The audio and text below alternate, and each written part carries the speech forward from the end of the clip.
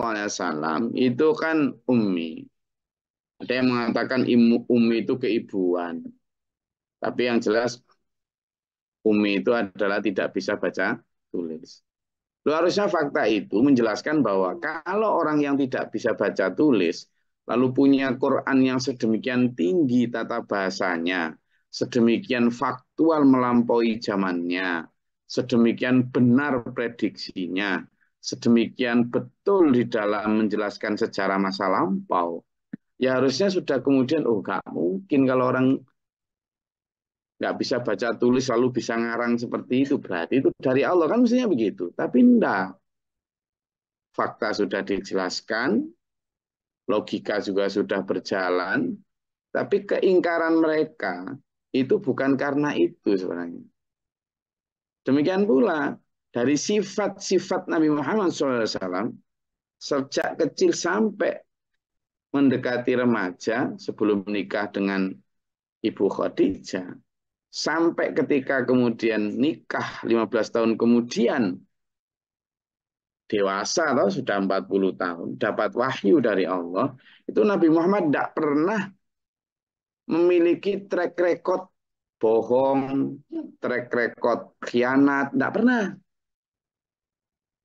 Justru satu alasan utama Ibu Khadijah menikahi Nabi Muhammad SAW karena kejujurannya loh.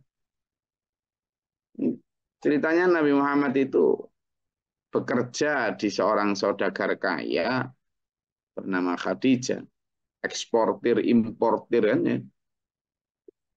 Nah, menikah itu ya karena kagum akan kejujurannya, amanahnya.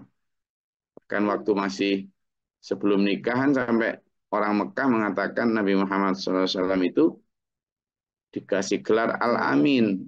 Apa? Orang yang terpercaya, yang bisa menjaga amanah. Mereka tahu betul itu.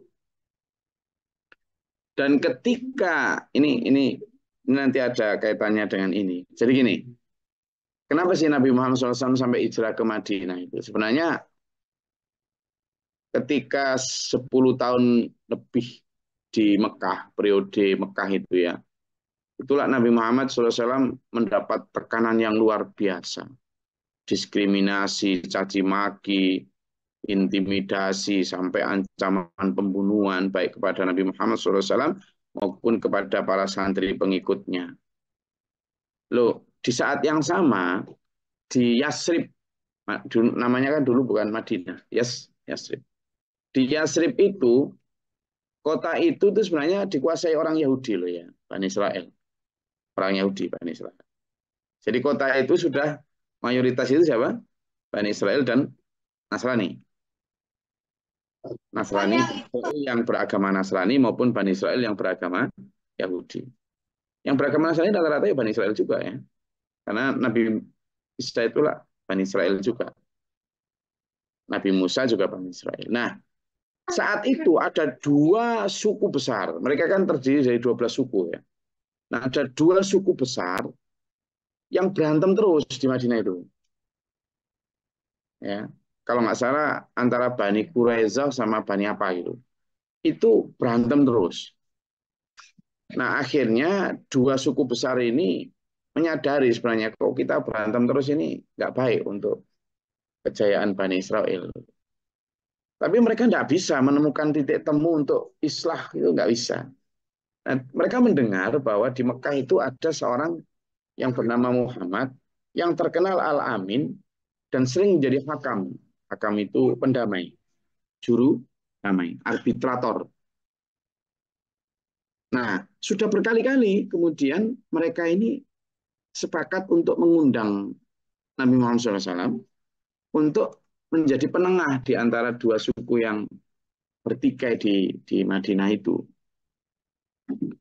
Sudah berkali-kali untuk mengundang, sudahlah, daripada di Mekah juga didiskriminasi, diintimidasi seperti itu, pindah aja lah ke Yasrib dan menjadi hakam penengah di antara kami. Sudah berkali-kali.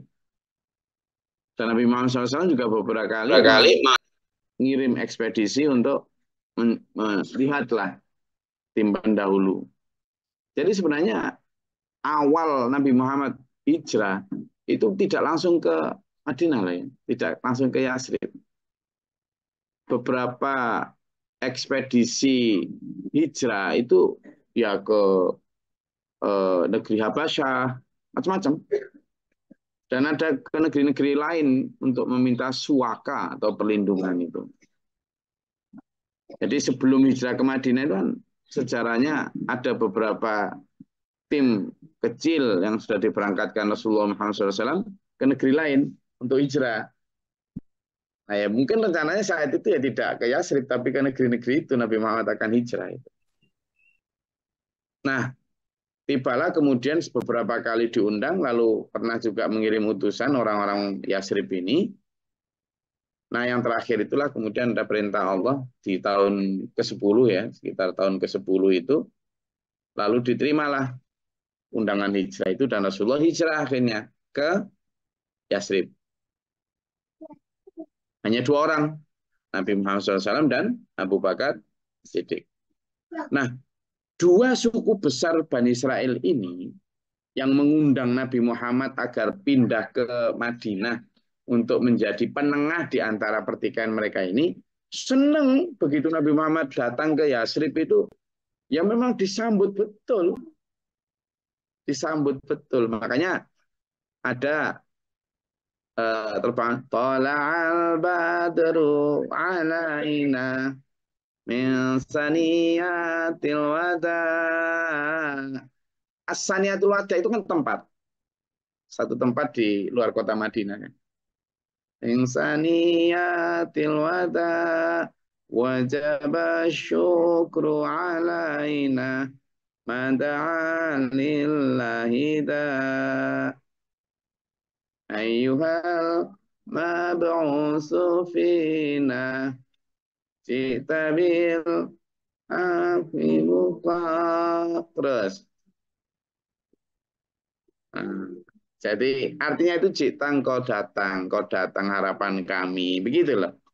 Itu orang Yasrib. Jadi mereka menyambut tamu yang selama ini sudah ditunggu.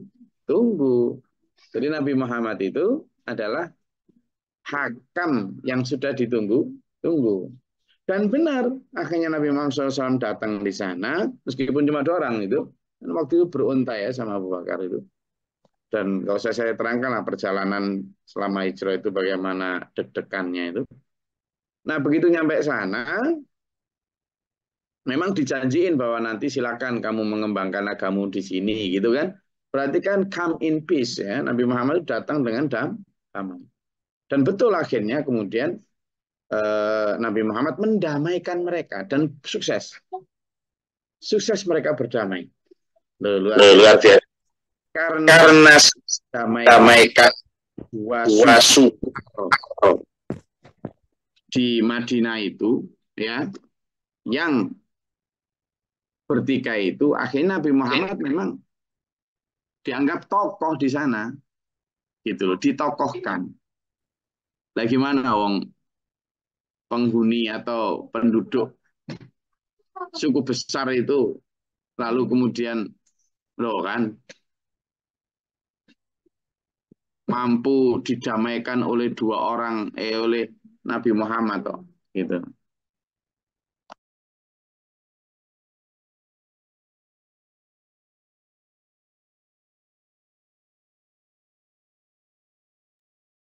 Jadi itu yang terjadi. Makanya kemudian kenapa Nabi Muhammad SAW itu dianggap sebagai dan ingat setelah mampu mendamaikan 2 suku besar itu, akhirnya Nabi Muhammad di sana juga dianggap sebagai qadhi, sebagai hakam.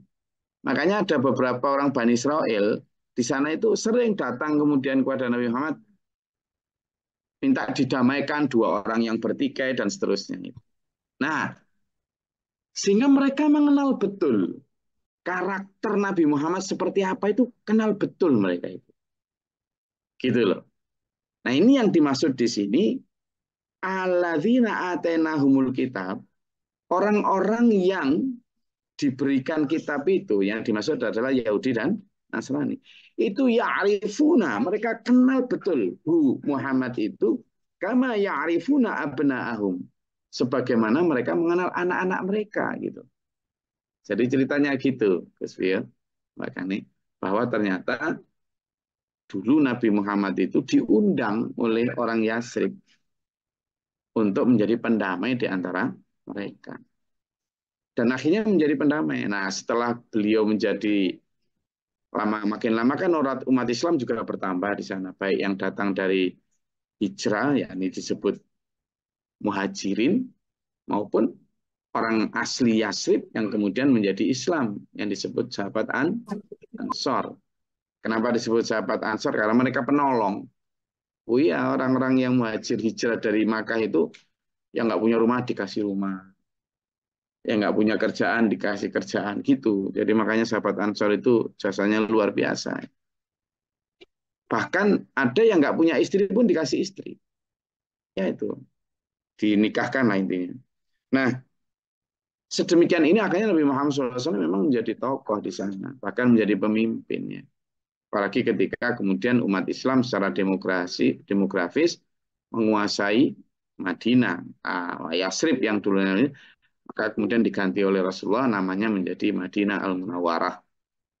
Nah, itulah kemudian disebut Madinah. Jadi penduduk Madinah asli, terutama yang ahli kitab ini, baik Yahudi maupun Nasrani, sangat mengenal sifat-sifat Rasulullah yang adil, yang tidak pernah bohong, yang tidak pernah khianat, yang jujur, yang amanah, itu kenal. Seperti ya'rifuna abna'ahum, seperti mengenal anak-anak mereka sendiri. Istilah orang Jawa itu watuk, wataknya itu apal gitu. Apalagi seperti yang tadi kita sudah bahas di depan, bahwa mereka sebelum Nabi Muhammad hijrah itu mereka yang ngundang agar Nabi Muhammad datang, yakni untuk menyelesaikan pertikaian dua suku besar di Yasrib, di Madinah, dari dua suku besar Bani Israel. Dan ketika datang ternyata ya berhasil gitu loh. Sehingga itu kemudian ya. Lah tetapi alladzina khasiru anfusahum fahum la yu'minun. Jadi rugi mereka itu. Mereka merugikan diri sendiri kalau mereka tidak percaya, itu rugi. Apalagi ciri-ciri Nabi Muhammad SAW itu sudah disebutkan dalam kitab mereka. Cuma ketika mereka mau percaya kok ya gimana? Yang kita tuh bukan gini maksudku Muhammad, gitu mungkin mereka ya.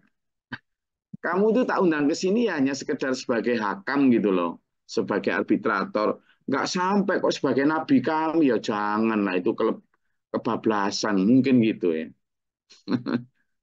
Mungkin gitu orang Bani Israel. Nggak gitu maksudnya, konsepnya nggak gitu Muhammad gitu.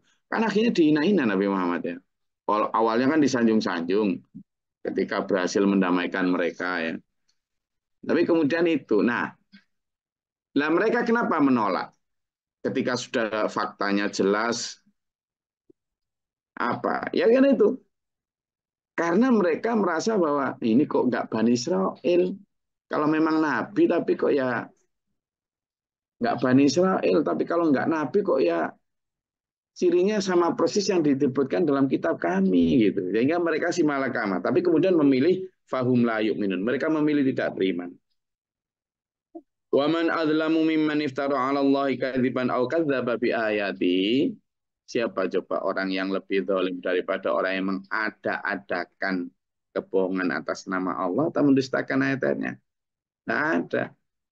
Mereka seringkali menutupi ayat-ayat yang seharusnya menjelaskan kebenaran. Ditutupi sama mereka. Ada itu satu peristiwa ketika itu tadi Bani Israel tanya sama Nabi Muhammad. Yahudi nih. Kadang yang ngetes, kadang yang benar-benar minta keputusan.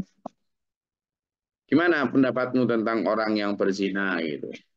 Lalu Nabi Muhammad, ya kamu minta dihukumi dengan hukum apa? Dengan hukum Quran jelas kamu nggak percaya. Dengan hukum Taurat, ya kalau kamu mau ayo. Coba baca ayat di kitabmu yang menjelaskan tentang hukum zina. Lalu dibaca mereka.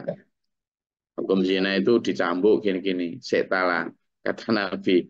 Bukaan tanganmu yang kamu tutupi itu apa? Jadi ternyata dia baca itu sambil tangan kirinya itu nutupi sebagian apa ini? Ya, mushaf mereka itu ayatnya. Coba dibuka, enggak berani buka. Akhirnya dibuka benar. Ternyata di situ di agamanya mereka, bukan yang Zoroaster ya, mereka agama mereka sendiri ini bukan yang Judaisme ya, tapi yang benar-benar agama Yahudi ini, agamanya Nabi Musa ini, ternyata dirajam sama.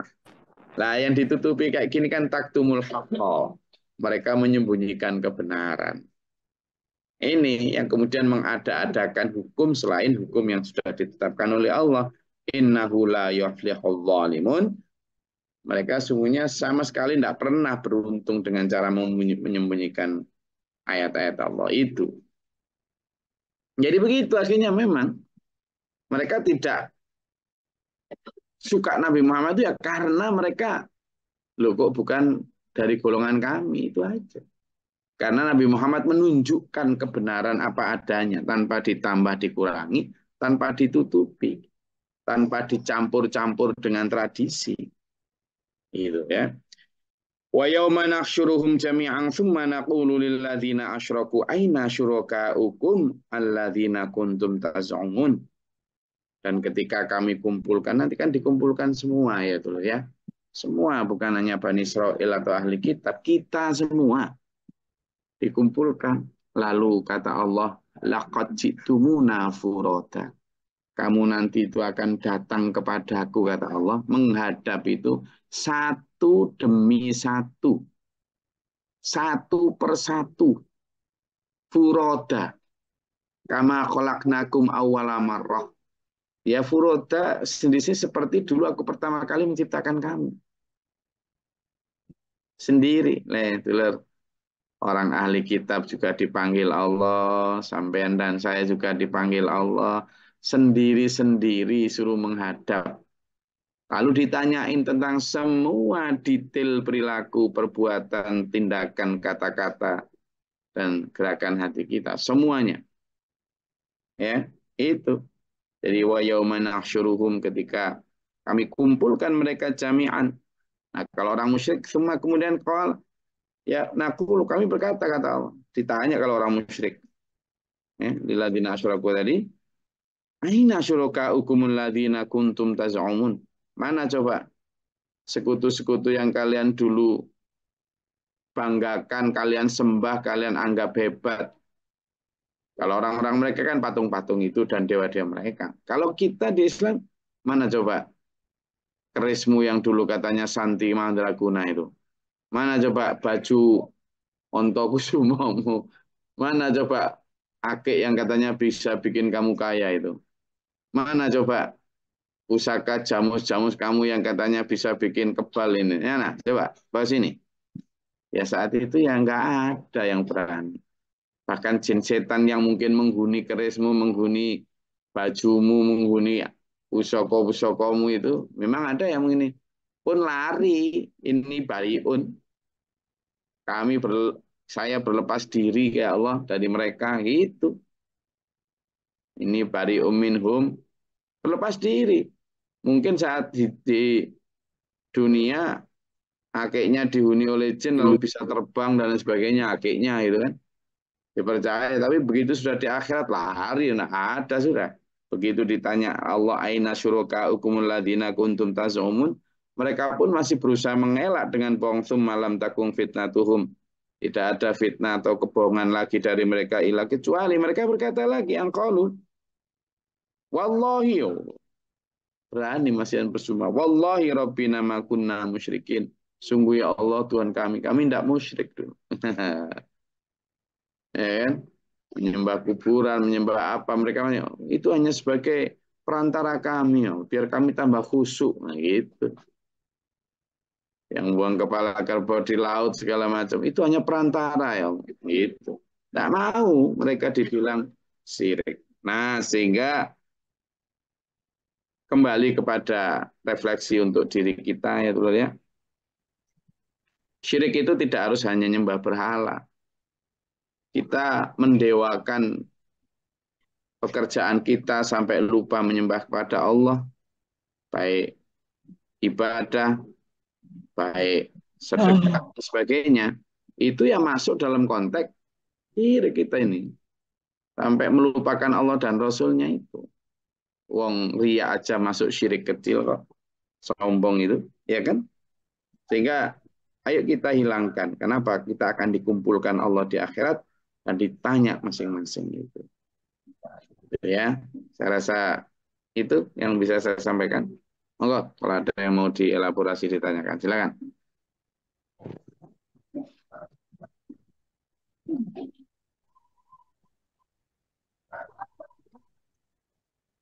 Izin Gus, Oh, monggo Bu Tanti.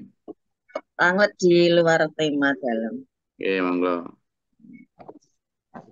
An- Antara sunnah dan sunat itu bedanya apa, Gus? Wis tuku rokok ya, Mas. Terus nanti antara apa? Antara sunnah dan sunat itu apa ada perbedaannya? Oke, jadi begini.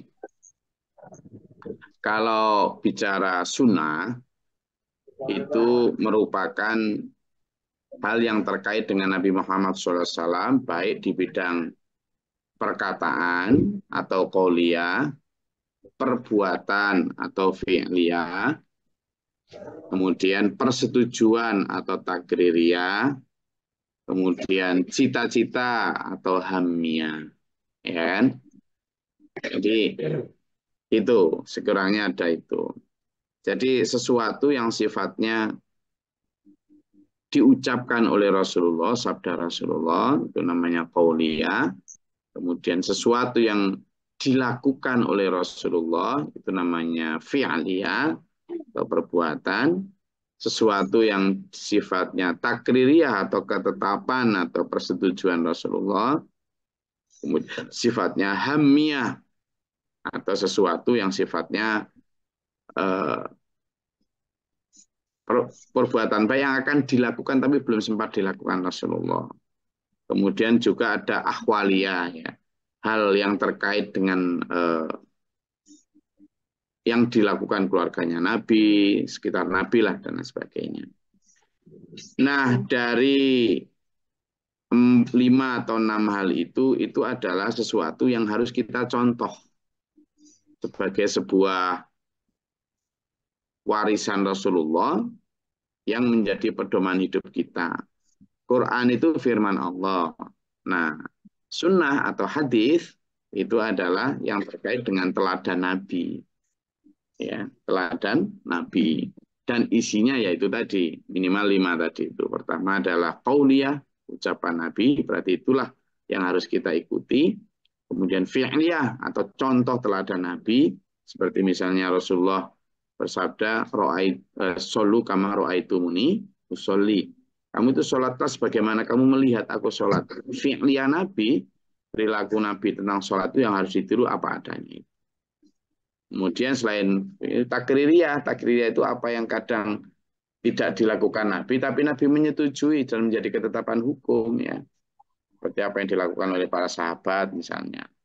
Kemudian hamiyah, hamiyah itu adalah cita-cita Nabi, misalnya tentang puasa di 9, 10, 11 Muharram, 9, 10 Muharram itu. Kemudian ada lagi eh, takririyah itu hamiyah, kemudian itu lalu akhwaliyah itu tentang cerita para sahabat tentang bagaimana keluarga Nabi, cara makan Nabi dan sebagainya dilihat, ya. Nah, sementara yang sunat, ya, sunat itu beda. Kalau sunat itu adalah hukum yang masuk dalam 5 hukum Islam. Ada wajib. Kalau wajib itu sesuatu yang kalau dilakukan mendapat pahala, kalau tidak dilakukan dosa. Kemudian ada haram, haram sebaliknya. Kalau dilakukan dosa, kalau ditinggalkan mendapat pahala. Kemudian ada sunat. Sunat ini ketika dilakukan mendapat pahala, tidak dilakukan tidak apa-apa. Ya, sunat. Kemudian ada makruh. Makruh ini tidak disukai. Jadi kalau dilakukan ya tidak apa-apa, tapi kalau tidak dilakukan itu mendapat pahala. Sementara yang satu terakhir mubah. Kalau dilakukan atau tidak dilakukan ya tidak apa-apa, boleh saja. Tidak ada pahala maupun dosa. Nah, sunat ini menjadi hukum kelima, yaitu yakni jika dilakukan berpahala dan jika ditinggalkan ya tidak berdosa. Itu bedanya, Bu Tanti. Matur sembah suwun, Gus. Ada lagi? Izin Gus. Assalamualaikum warahmatullahi wabarakatuh. Mengenai hadis Nabi Gus yang saya pernah baca itu bahwa yang berdusta atas nama beliau itu tempat duduknya dari neraka. Muslim kalau nggak salah itu. Terus apakah hadis-hadis doib itu termasuk berdusta atas nama Rasul? Aku tadi. Sama, jadi Quran pun menyatakan ada. Jadi orang-orang yang berdusta atas nama Nabi, tidak ucapan Nabi, tapi dibilang ucapan Nabi, ya sama. Dia jelas ancamannya itu neraka. Kenapa? Karena membuat-buat apa yang tidak disampaikan Nabi. Makanya penting ulumul hadis. Ada ilmu hadis. Bahkan di dalam beberapa universitas juga ada jurusan khusus.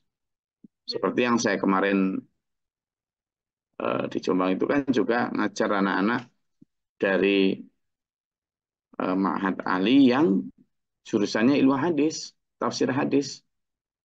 Ya, jadi bagaimana meneliti hadis ini dhaif, hadis ini maudhu, hadis ini mursal, hadis ini hasan, hadis ini sahih, hadis ini sampai mutawatir ya.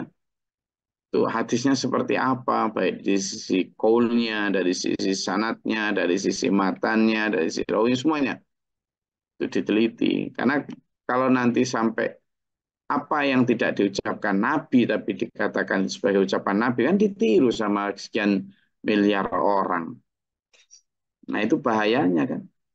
Itu termasuk perilaku Nabi. Lalu itu bukan perilaku Nabi kok dibilang perilaku Nabi. Padahal sudah ditiru kan repot. Misalnya apa yang dilakukan oleh para sahabat. Saat itu kan beberapa kali juga ada beberapa sahabat yang inisiatif melakukan sesuatu gitu ya. Terus ditanya sama Nabi, siapa tadi yang melakukan itu? Misalnya ada yang orang yang sholat lalu bacaannya sesuatu gitu ya. Kemudian sama Nabi, siapa tadi yang baca itu? Saya ya Nabi, atau si fulan ya Nabi. Oh itu baik sekali itu. Sampai langit pun bergetar karena bacaanmu itu tadi. Loh, itu kan sesuatu yang tidak dilakukan Nabi, tapi disetujui oleh Nabi. Itu namanya tetap menjadi hadis atau sunnah. Sunnah yang disetujui Nabi. Jadi tidak boleh kemudian sekarang ada orang yang itu buktinya tidak dilakukan Nabi, kita boleh melakukan. Itu sahabat Mas Bro, yang pertama. Nah, sampean dan saya apa?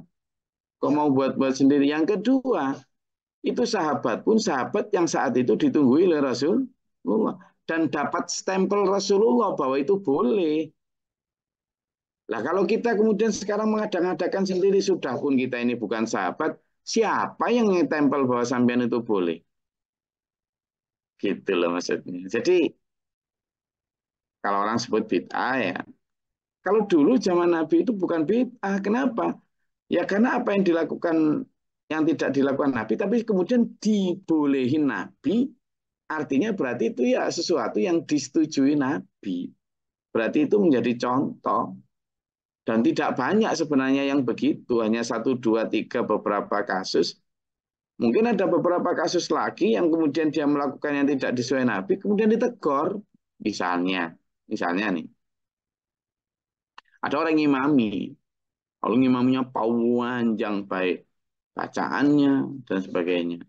Diprotes sama ada seorang yang kemudian protes, lalu madul menghadap pada Rasulullah. Ya Rasul, ini ketika ngimami panjang sekali padahal di belakang itu banyak yang tua juga dipanggil sama Rasul lalu ditegur, kamu jangan begitu gitu. Sehingga ketika melakukan sesuatu yang tidak dilakukan Nabi, keliru ditegur, benar disetujui gitu. Tapi kalau sekarang benar maupun keliru siapa yang nyetempel? Nggak boleh, makanya jangan melakukan apa yang tidak dilakukan Nabi itu karena sekarang tidak ada lagi yang bisa nyetempel. Kalau dulu kan Nabi itu disebut takriri ya, itu persetujuan Nabi. Boleh, gitu loh. Dan itu pun sahabat tidak sembarangan. Ya, hanya 1-2 kali saja itu terjadi. Gitu loh. Itu Mas Ayu. Oke. Ada lagi? Ya, terus.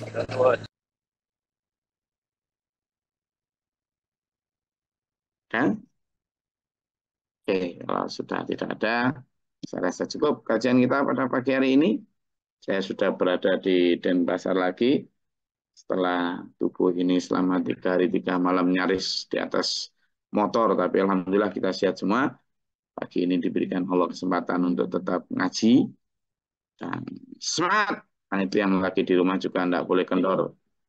Mencari nafkah untuk dunia dan akhirat kita. Semoga Allah merahmati kita dengan kesehatan jasmani rohani, rezeki yang halalan thayyibah, keluarga yang sakinah mawaddah warahmah, dan hidayah demi keselamatan dunia hingga akhirat kita nanti. Di dunia wal akhirah.